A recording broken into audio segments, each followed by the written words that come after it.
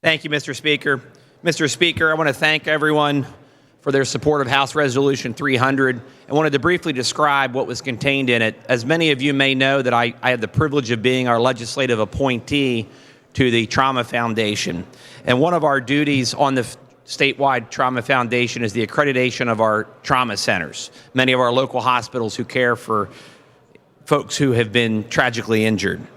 Well, one of the things that we routinely evaluate is data from those trauma centers. And I wanted to highlight the role of the trauma registrar in how they abstract the data and put it into the registry that we use. A trauma registry is an important management tool composed of a file of uniform data elements that describe the injury event, demographics, pre-hospital information, diagnosis, care, outcomes, and the cost of treatments for these injured patients needed to operate a trauma center.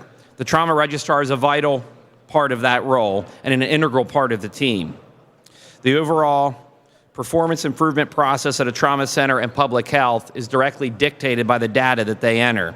In addition to the data abstraction, the trauma registrar engages in other processes such as to create reports for us, to do data analysis and research assistance throughout the Commonwealth. It's important to acknowledge that high-quality data begins with high-quality data entry. And it's the trauma registrar who is on the front lines and responsible for performing that important task. Trauma registrars come from diverse medical backgrounds, such as nursing, medical records, computer science, or medical informatics, among many other traits. The registrars must be continuously learning and increasing their knowledge in their respective fields.